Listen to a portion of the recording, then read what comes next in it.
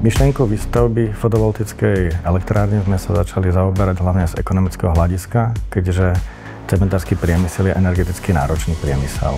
Hneď ako nám to umožnila legislatíva, zahájili sme projekt výstavby fotovoltickej elektrárne vo vyťažených lokalitách nášho lomu. Týmto spôsobom sme dokázali nevyužitý priestor v lome využiť ako obnoviteľný zdroj energie. Tento projekt je výnimočný v forme použitia orientácie panelov smerom na východ a západ oproti klasicky používanej orientácie na juh. Prvou takou významnou výhodou je v dosiahnutí väčšej kapacity elektrárne až po 40%.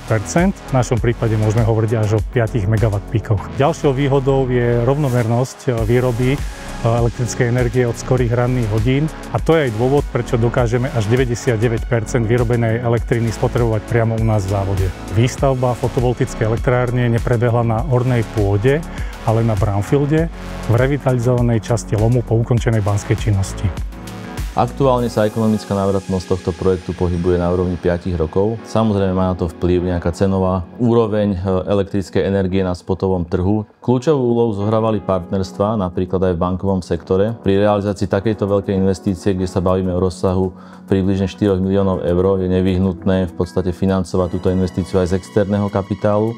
A v prípade VUB banky sme našli silného, dôveryhodného partnera, vďaka ktorému sme mohli zrealizovať túto investíciu. V rámci programu Fit for 55 sa naša spoločnosť hlási k záväzku postupnej dekarbonizácie cementárskeho priemyslu.